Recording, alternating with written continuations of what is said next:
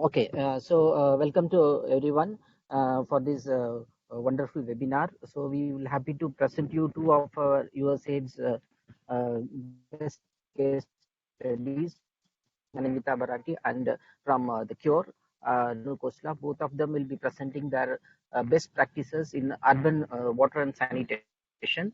So both of the projects are long-term projects for USAID, and they showcased best practices from the community to the state and to the center level. And many of the best practices are replicated across India by the ministry. So with this, I invite both first Renu to present our case study. Over. Thank you. Thank you, Srini.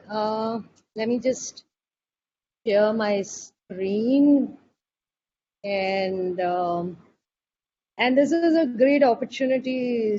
Thank you, Srini, for know, um, helping us connect with the global water community, and to, of course, specifically share the kind of sanitation and water solutions that we have been engaged with the support of USAID. You know, cities are not just places, buildings, infrastructure, or roads. These are places where people live, where we live. And bad water and bad sanitation, they will increase vulnerabilities. Cities have to be made better. And especially for the poor, we know that good water and good sanitation can help reduce poverty. Let me just take a moment here to introduce our organization, CURE, or Center for Urban and Regional Excellence. We are an unthinking development organization. We work with urban poor communities to reimagine inclusion. We innovate, we incubate innovative and de-engineered solutions that are localized and that can transform lives of urban poor and low-income communities. We are a communitarian organization. We are deeply empathetic of the situation in which poor are living in the slum communities of cities.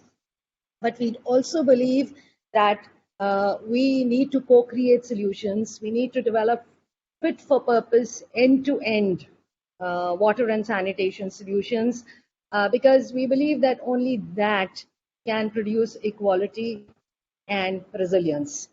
Let me just get to the project. This project that we implemented, it is partnerships to improve water and sanitation services in urban poor communities. The acronym is in Hindi, but it's English. It's in English. We called it PASS.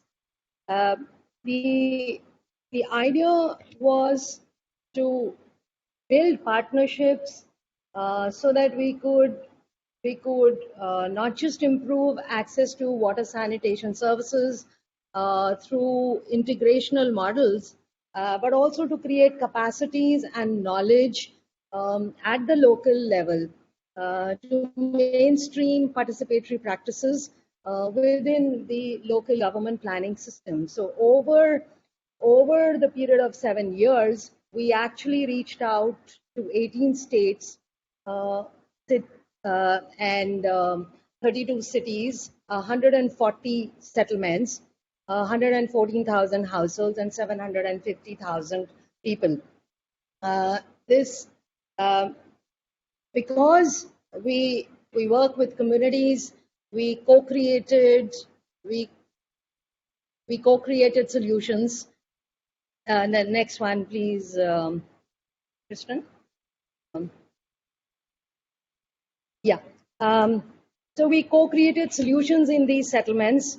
We mobilized and organized communities so that they could be part of the planning and implementation of solutions that respond to their particular needs, to contribute in cash and in kind, and to develop management systems which would then ensure that the interventions and the interventions are sustainable, and the community is able to, long after the exit of our team, the community would be in a position to continue improving these services that they get. So next, please. So our main goal was to improve access to water and sanitation, and therefore we looked at water. When we worked on improving access to water, there were three key areas of work that we looked at. We looked at integration of urban slum communities with pipe supplies. We looked at building water resilience and making people part of the resource generation, and we looked at ecological revitalization. Next, please. So we believed that taps must be at home, and therefore taps must be at home, and they must be connected to the municipal city supply lines, or at least brought closer to homes. This is complicated because slum communities lack land tenure, but they do. But cities are responsible and accountable for provisioning of some amount of services to the poor people. So we focused on building taps at home. We also looked at rainwater harvesting. We have built, this was the resource augmentation, because many of these communities they lack not just access to taps, they also they get very little access to the resource itself. The availability of water itself, the quantity is very limited. And therefore, we looked at experimenting with rainwater harvesting. We have built, in the city of Agra, we built 8 such community rainwater harvesting systems that generate 1.5 million liters of water annually. And they have increased the days of resilience in local communities. Also, we found the city savings went up. The cities were able to save a lot more. Families and households were saving more. But the most interesting collateral benefit of rainwater harvesting was on the children, where we found school enrollments, where we built these systems in schools. We found the school enrollments began to go up. Next, please. So, we decided to expand the idea, to scale it up, and we went into schools where we looked at water resilient schools, and we used the circular water economy as a principle, which means we connected water and sanitation services, looking at improvement of toilets, rainwater harvesting, micro decentralized wastewater treatment systems, and using the treated wastewater for urban agriculture in schools. Some of these schools have won state awards. We also, at the ecological side, we worked on revitalization of springs and water bodies, especially in the city of Dharamshala, which is a mountainous area. We looked at mountain springs and the rejuvenation of these springs. Next, please.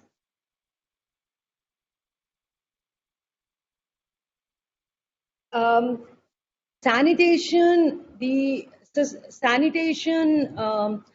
we had a broad portfolio in sanitation, which was around toilets.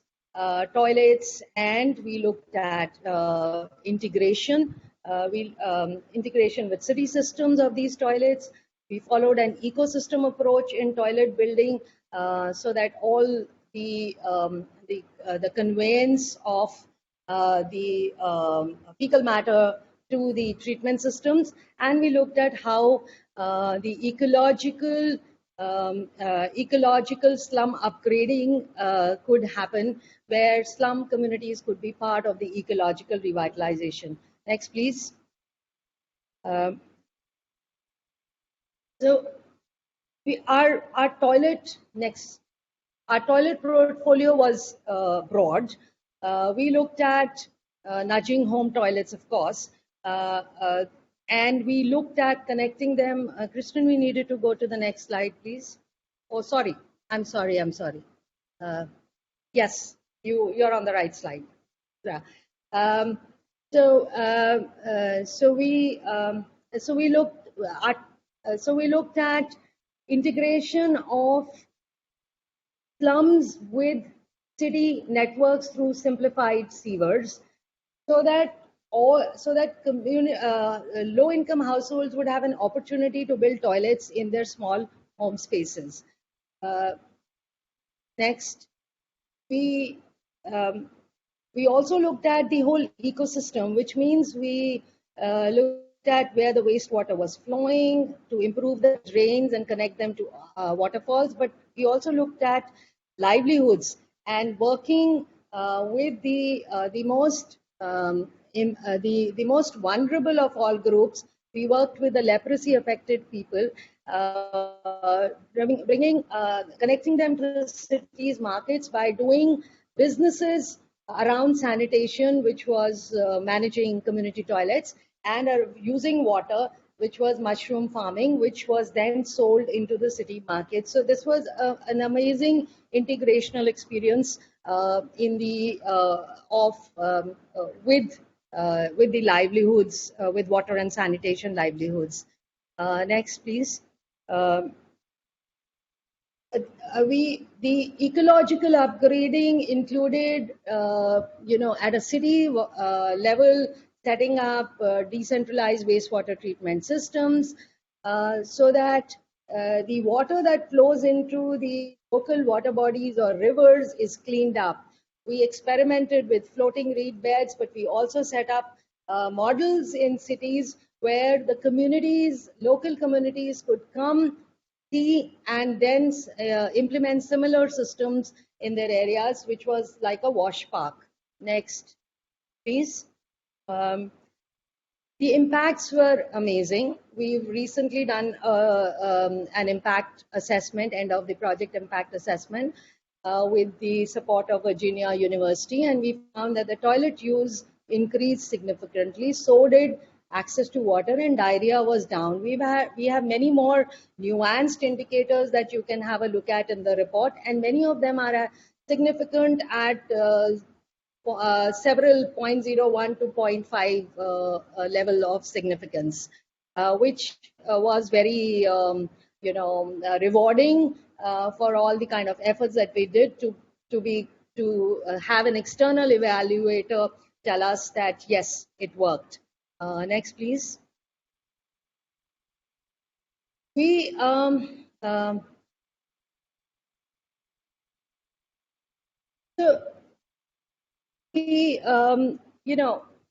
As part of our community development approach, we needed to bring evidence from the ground up to the local government, so that the planning that they do is more localized and more responds more to the local needs of the communities. And therefore, we developed what is called the UrbGov, or Urban Governance System. It has recently been awarded the Dubai International Award for the urban infrastructure planning in the urban infrastructure planning and management category for 2022, which gave us a lot of it was very rewarding, and this recognition. UrbGov is next, please. UrbGov is a community data platform which supports effective city planning. This has emerged from our experience of working with local governments and of working with local communities, and figuring out what is it that trains local governments in preparing plans at a community level.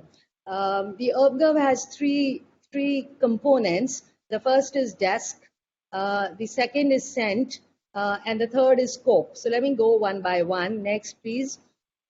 Desk is about, it's a dashboard. It actually crowdsources data from the community, from local government officials.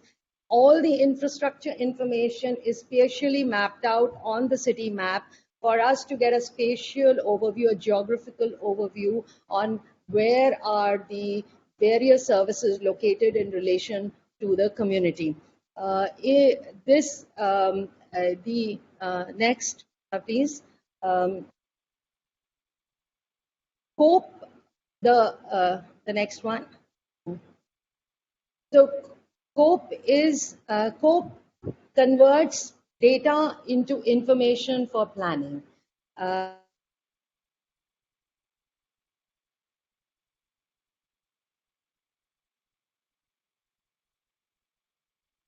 Government to see whether services are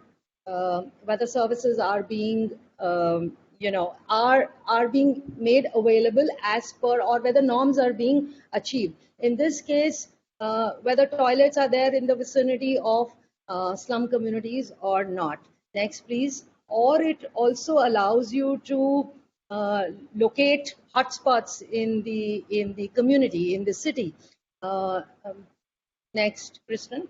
Yeah, it allows you to look for hotspots in the city to see where the lack of toilets and health, disease patterns can be, where they interact or intersect with each other, so that services could be targeted better. Next, or it even allows you to. This is hotspot locations, and the next one is about. It's about looking at. You can also look at how solid waste management vehicles could become more efficient in the routes that they are going to take in collection and then disposal. So these are some of the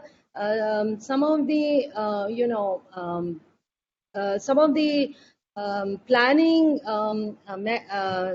that the local government, the kind of planning the local government has to do, the logistics of managing delivery of services to the community. Next, please.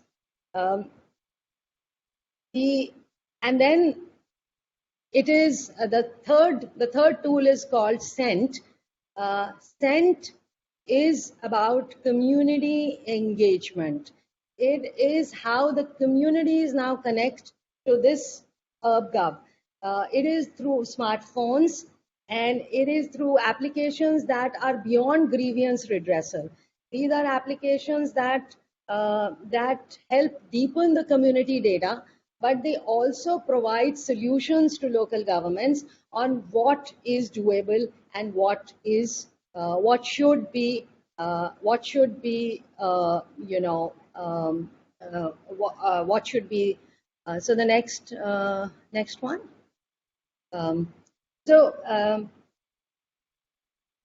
In this case, there's just a slide which shows you how the community actually deepened the data on the toilets that they had at the access to toilets. So all the pink households are the houses in a slum which said that they have their own household toilets. Next, please.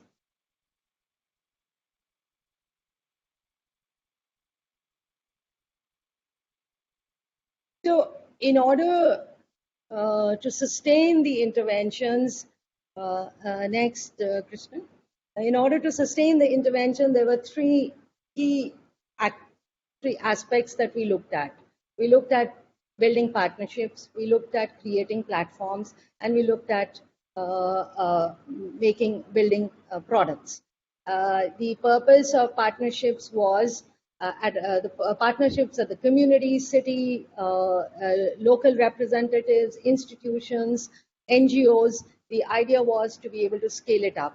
And we worked with local governments to, I think we've jumped back somewhere. Yeah, we worked with local governments to see how we can align with the water and sanitation missions of the Government of India. Next, please. So at a community level, we created platforms. Thanks to COVID, we could go virtual. So we've created both physical engaged groups, organized groups, registered groups, plus also those that connect over a virtual platform to share experiences. We believe this provides them with collectivity, agency, ability to negotiate, ownership, resilience, and placemaking. Next. And finally, we have products, tools that the cities can use, and ideas on how to integrate slums. And we are now working with the national government to try and scale up the whole idea of participatory water and sanitation strategies. Next.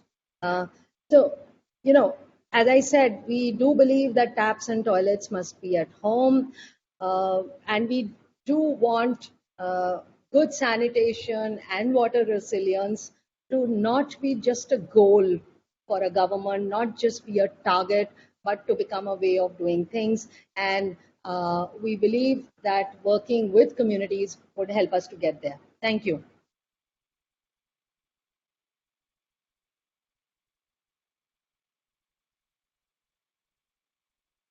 All right, I think we can start with Manvita.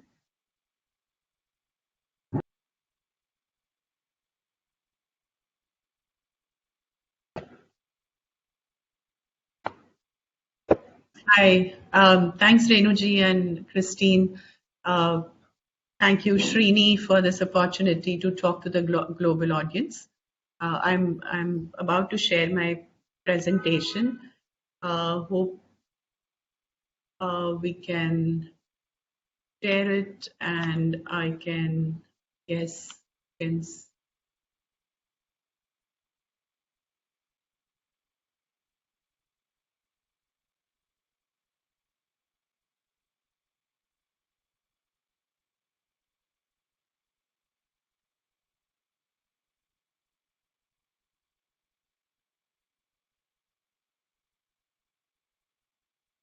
okay.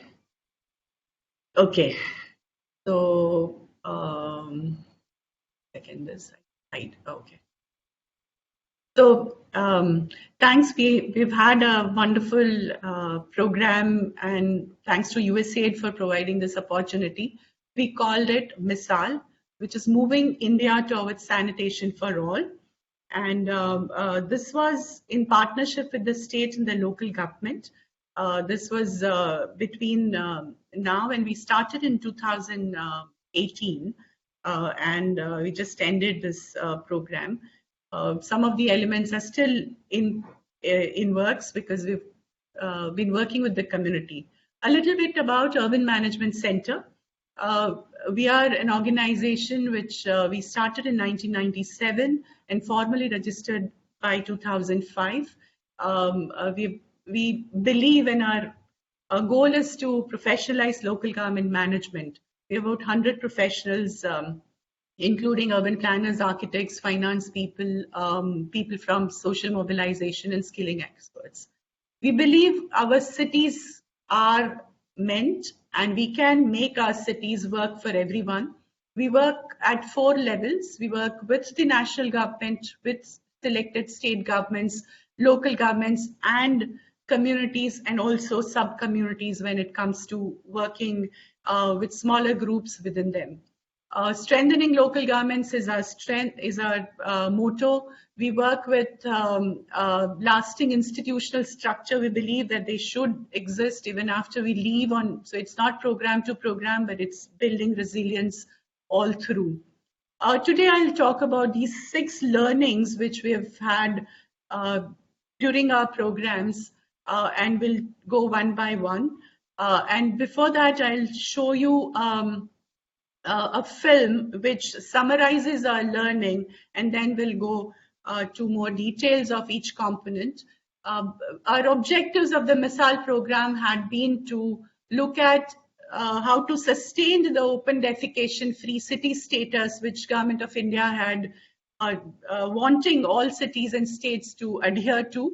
How to sustain the next level, which is which our government named it as ODF plus and plus plus. How to undertake all of these with behavior change and trigger behavior change communication, and then scale up and dissemination all through.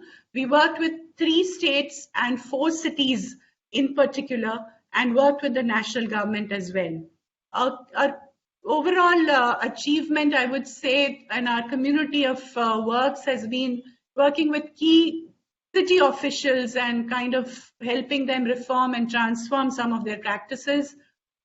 We touched and worked with 30,000 households from about 223 settlements, worked with about 2,700 women leaders as MISAAL committees, and reached out to about 150,000 people with possible 10 women-led enterprises were created.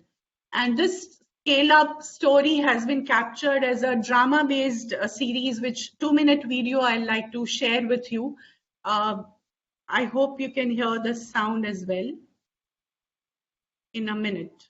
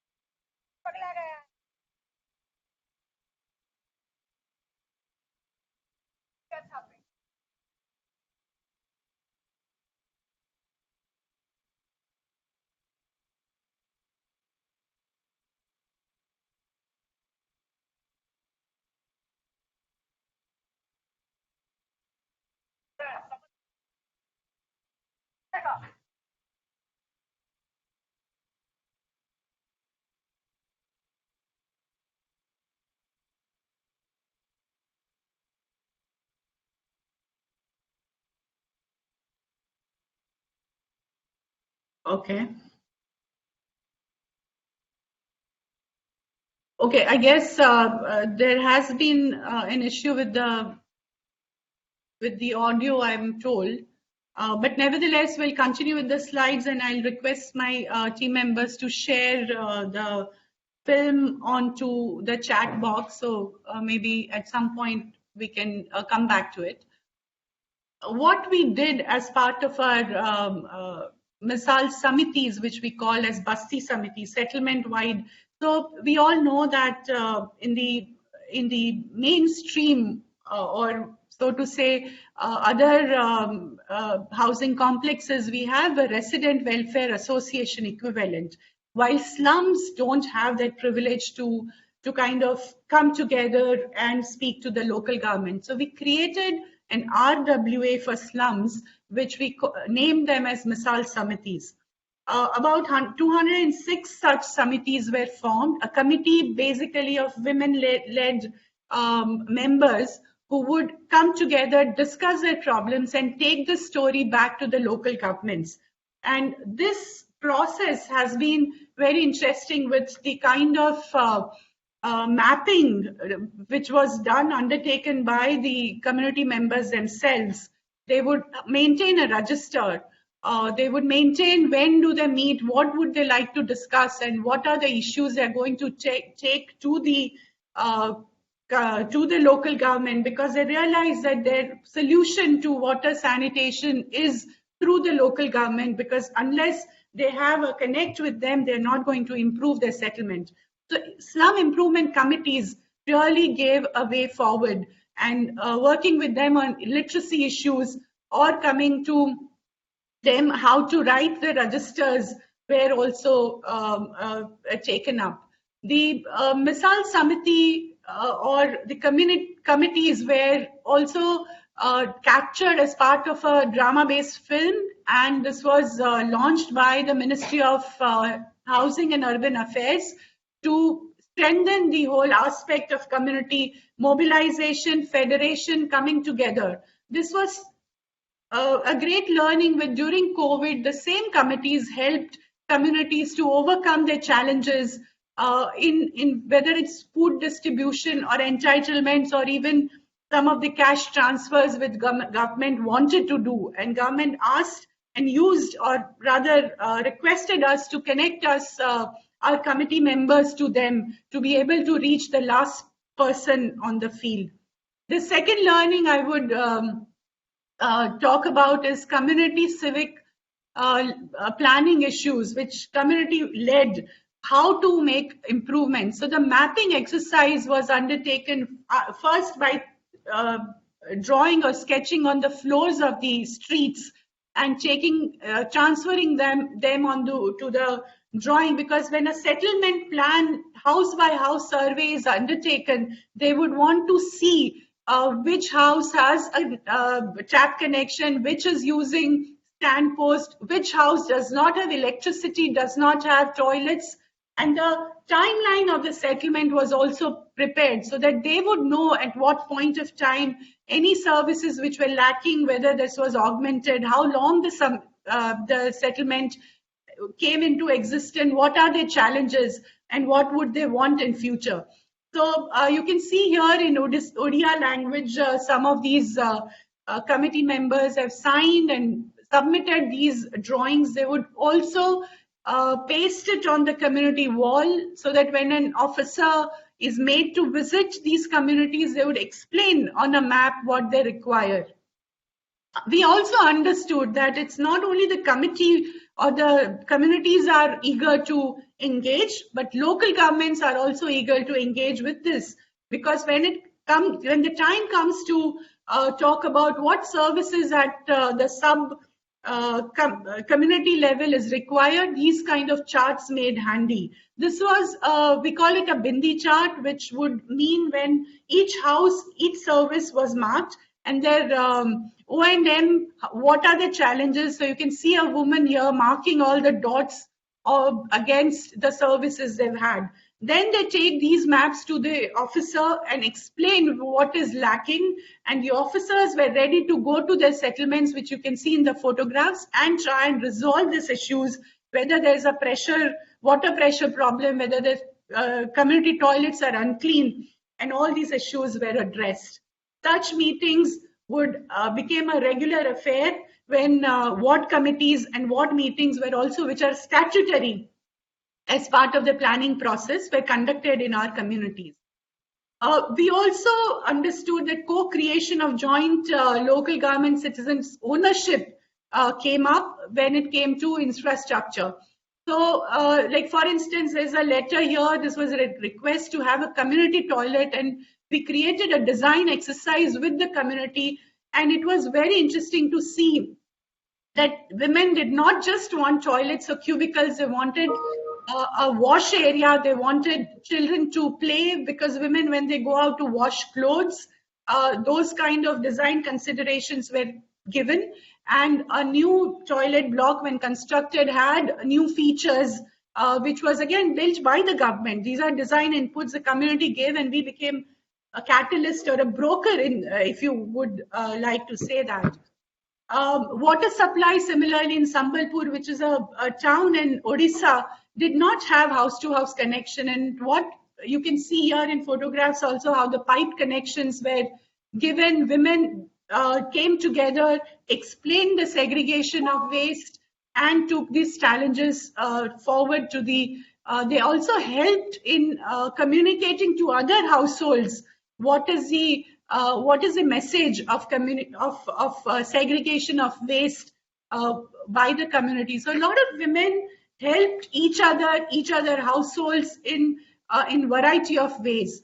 So for instance, about SHG groups, the self-help women groups were also created, who took care of operations and management of toilets. About 24/7 operations they were, and during COVID it was made very evident that these communities required more support, and they could really use their own community messaging through street plays, through a house-to-house communication campaign. And one of such groups evolved as a communication groups in street theater, and they are now performing in many wards and places in the city. We also realize that understanding of operations and maintenance of such places was a challenge, and women groups came forward to do the operations of even material waste facility, and we made sure that formal contracting mechanism was put in place at the local government level to support the community groups. The same understanding led to when post-COVID, the government of Odisha brought out urban wage employment initiative to support more SHG groups and our MISAAL Samiti groups for livelihood support.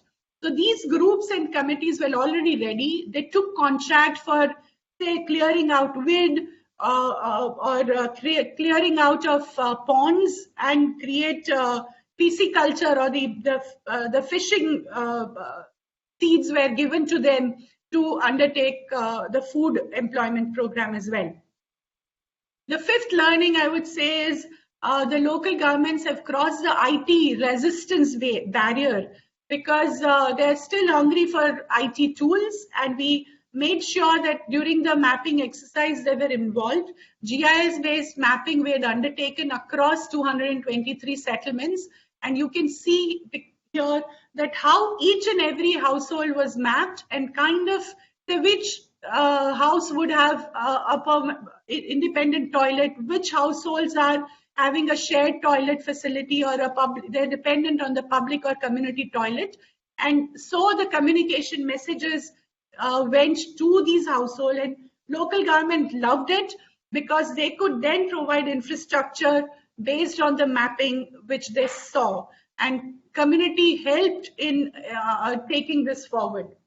The whole exercise was also captured as part of our learning and creating e-learning modules, many modules for the Ministry of Housing and Urban Affairs. They created an e-learning portal with USAID support in our engagement. We were the secretariat, and there are more than 179 tutorials, which has gotten more than 10 lakh views, and there are more than 8 lakh certificates issued. Another tool which became very handy for municipal officers was sanitation mapping tool, which it gives a municipal officer what kind of monies will be required for improvement of their facilities, and this was launched by the Government of India. Such tools are live, and you can use a database for databases available for further work.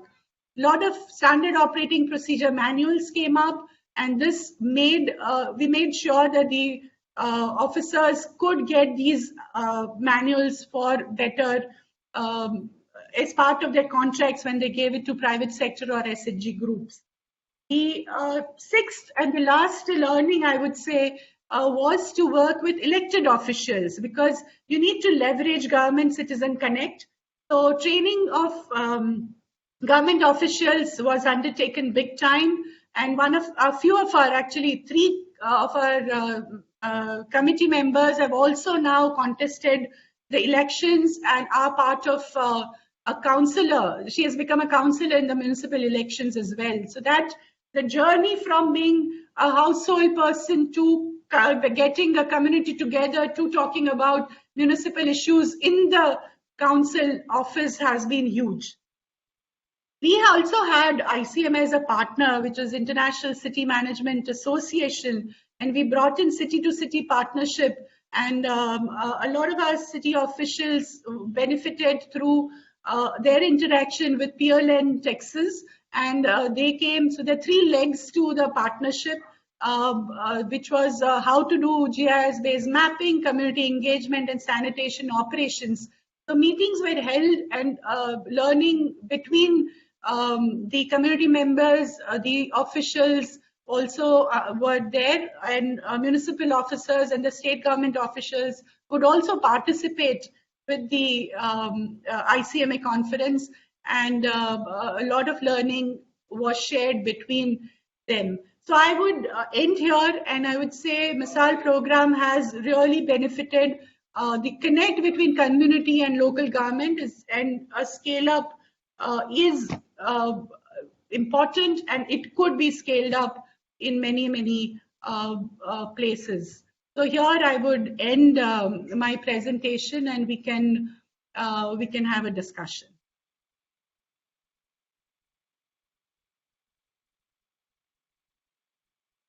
Great. So it looks like there are some questions in the Q&A pod. Barsha, I'm not sure if you would like to read off any questions, or Renu or Manvita, if there are any that are coming through that sound interesting to talk more about. I think Dr. Khosla can start. I've already responded to a few in the answer section, but ma'am, you can comment. Yeah, okay. I think I just want to, discuss a little more about the challenges. At the end of it, getting an international award feels really good, but it's been a lot of hard work along the way. And life is not very easy when you're working with communities. Communities pose their own sets of challenges because of their heterogeneity, because of the political economy of the community itself.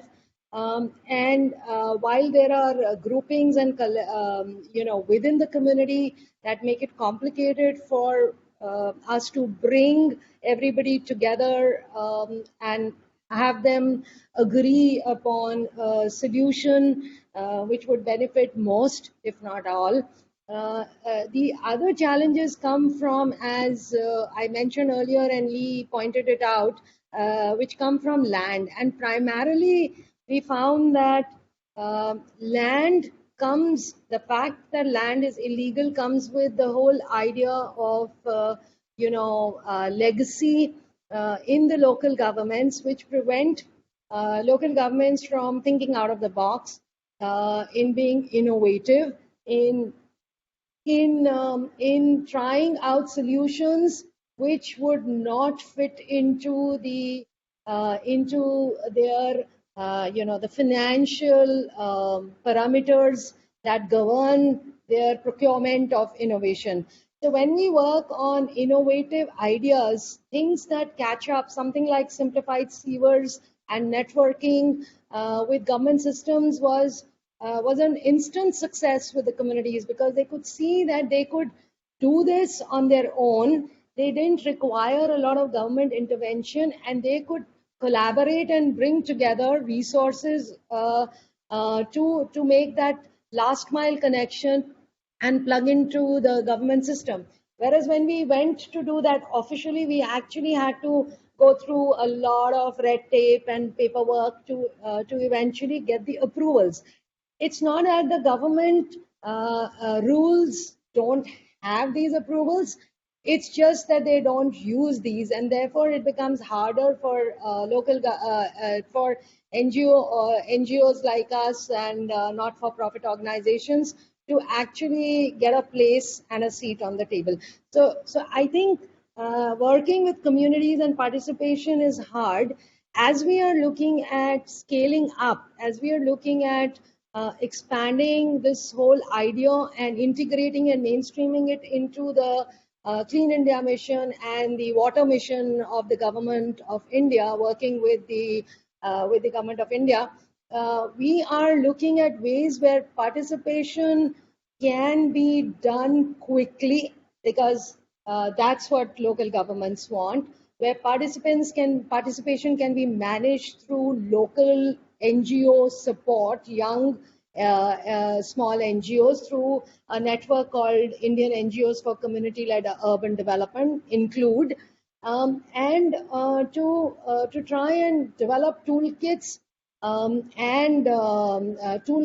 and mechanisms which, like the UrbGov, which allow the community engagement to happen without governments feeling uncomfortable and quote unquote accountable.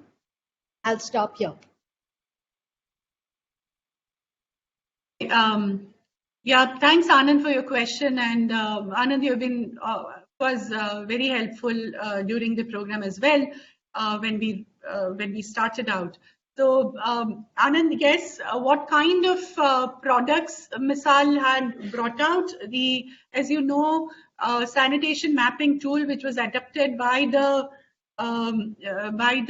national government, it was launched. So about from out of 4,000 cities, about 600 cities were onboarded.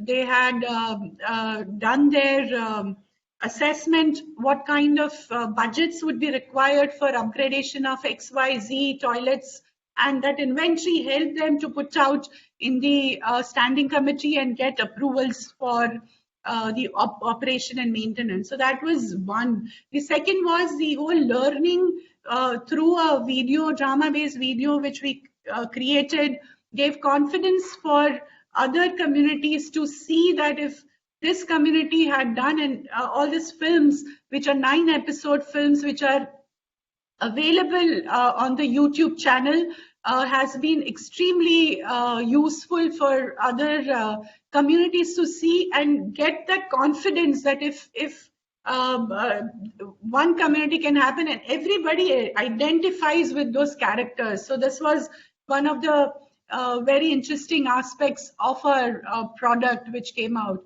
And along with that, the model contracts which were written for the SHG groups, the whole learning of MISAAL, which has been now ongoing program with Odisha, with the government, has been undertaken, whether it's writing of model contracts or writing of standard operating procedures, which the government of Odisha has taken up across the state, working with the cities as well.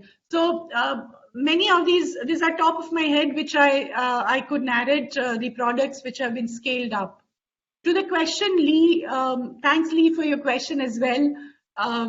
Missing you in action here, but what kind of, you're asking, how was the ecological and possibly climate change consideration taken into account? I would say the whole aspect of open defecation, which was in and around water bodies, in forest areas, within the green zones, within the city, was challenged, and our samitis, the community groups, really helped to not only revitalize these water bodies, and the effluent which was from the toilet were dumped openly into those water bodies. Municipal connections were given, and that was one aspect which was mitigated. The second was garbage dumping and the burning of garbage. The community groups were very bothered by it, and they took up communication campaign, and that was also helpful. So large level climate action, I wouldn't say, but these are smaller action which would lead to possible intervention for ecological comfort on that. So thanks both of you for your questions, but it has been a beautiful journey and it cannot stop within 3 years. So a lot of our interventions are still going on, or our connect with the children during post-COVID is also taken up a new form or new aspect of working and engaging with children and their learning process through an urban school initiative. So one leads to another, and that just the program goes on. Thank you.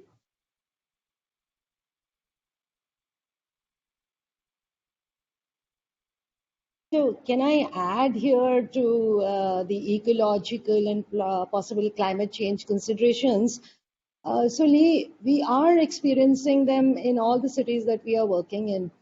The rainfall in Agra has dwindled, and it's also shifted. And it was only because there was a drought for nearly 3 years that we were able to persuade the community to actually, invest in household and community rainwater harvesting systems. See, and we also recognize that poor people are living in these bad geographies. They are edging these drains. They are edging the. They are living near these water bodies, and a lot of waste is getting dumped into these water bodies, and therefore we do believe very strongly, and that's why we call it our ecological approach to slum development, because we believe that poor can be made partners. When poor become partners in the revitalization of or management or restoration of their water bodies and maintenance, as we are now doing in Dharamshala with the local mountain springs, we do believe that this sense of ownership and placemaking that emerges is important for the maintenance and restoration of these traditional water systems. But we also believe that this would create a win-win, because once the community is able to manage, I think the city will begin to recognize community as important partners. Right now, they don't do that. And the whole effort under our communitarian approach is to try and build that connect between people and the cities.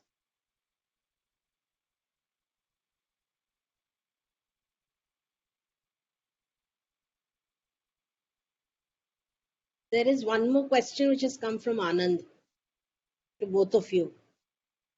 Okay, how are you making aware of? So Anand, if I can start and maybe Manvita can follow me up with her answers. I think the communities are aware. This is one of our strongest convictions, that we don't think, we believe communities are fully aware of the change that is taking place. We don't talk to them, so we assume that they don't know.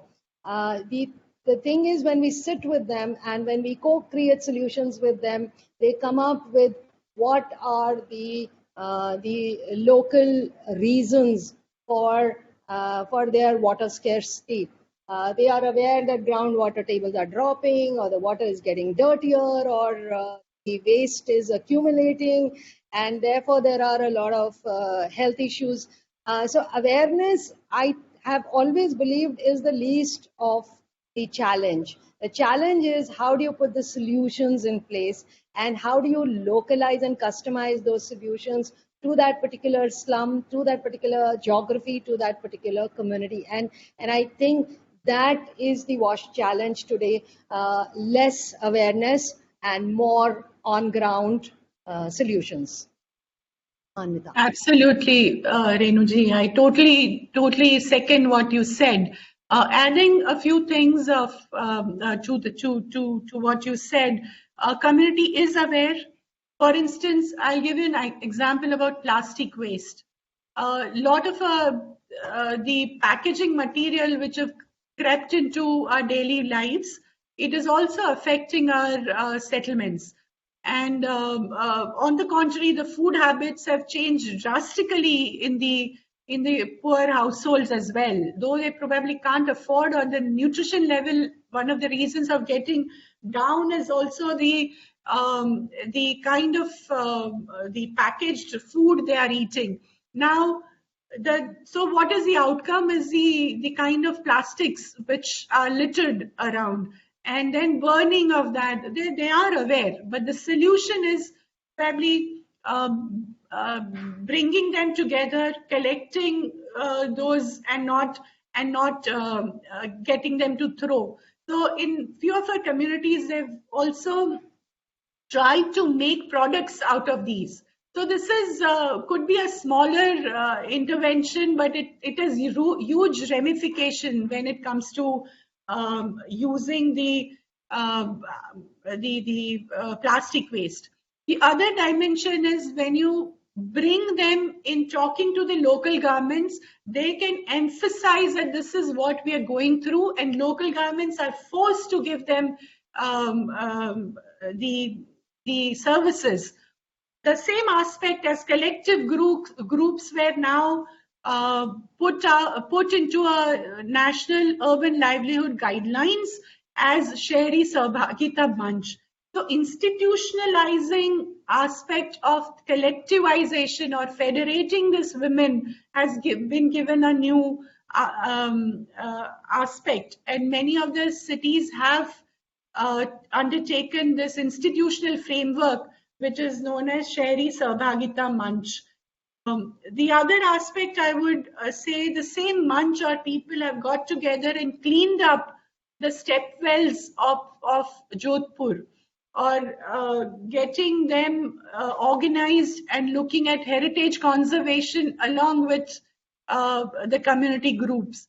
So settlement just not being slum-like and poor people, but they've participated into the process of heritage and their pride of the city. So that journey from we are just, bunch of poor people, to participating into day-to-day affairs is a huge journey they've charted.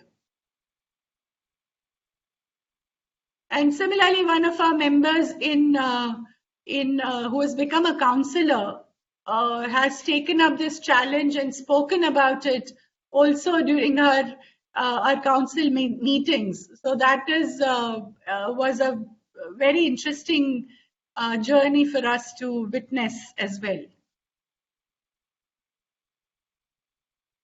Thank you. I'll end here. If there are any other questions, we would be happy to answer.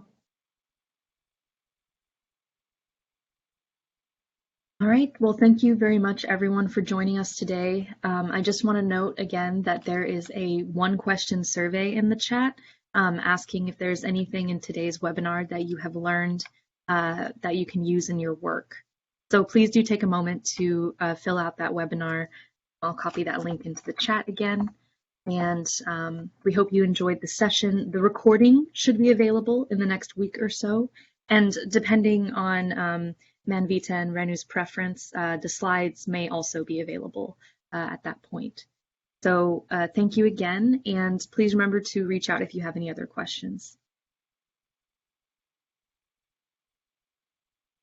Thank you, Christine, and thank you for getting us to talk to this larger audience. Thanks for your questions, Anand and Lee, and thanks, Srini, for organizing this. Renu? Thank you very much. I think it's been a pleasure. We love to share our story in any case, so this has given us an opportunity to talk to many more with whom we could, maybe partner in the future. Thank you. Absolutely. Bye-bye. Bye-bye. Bye.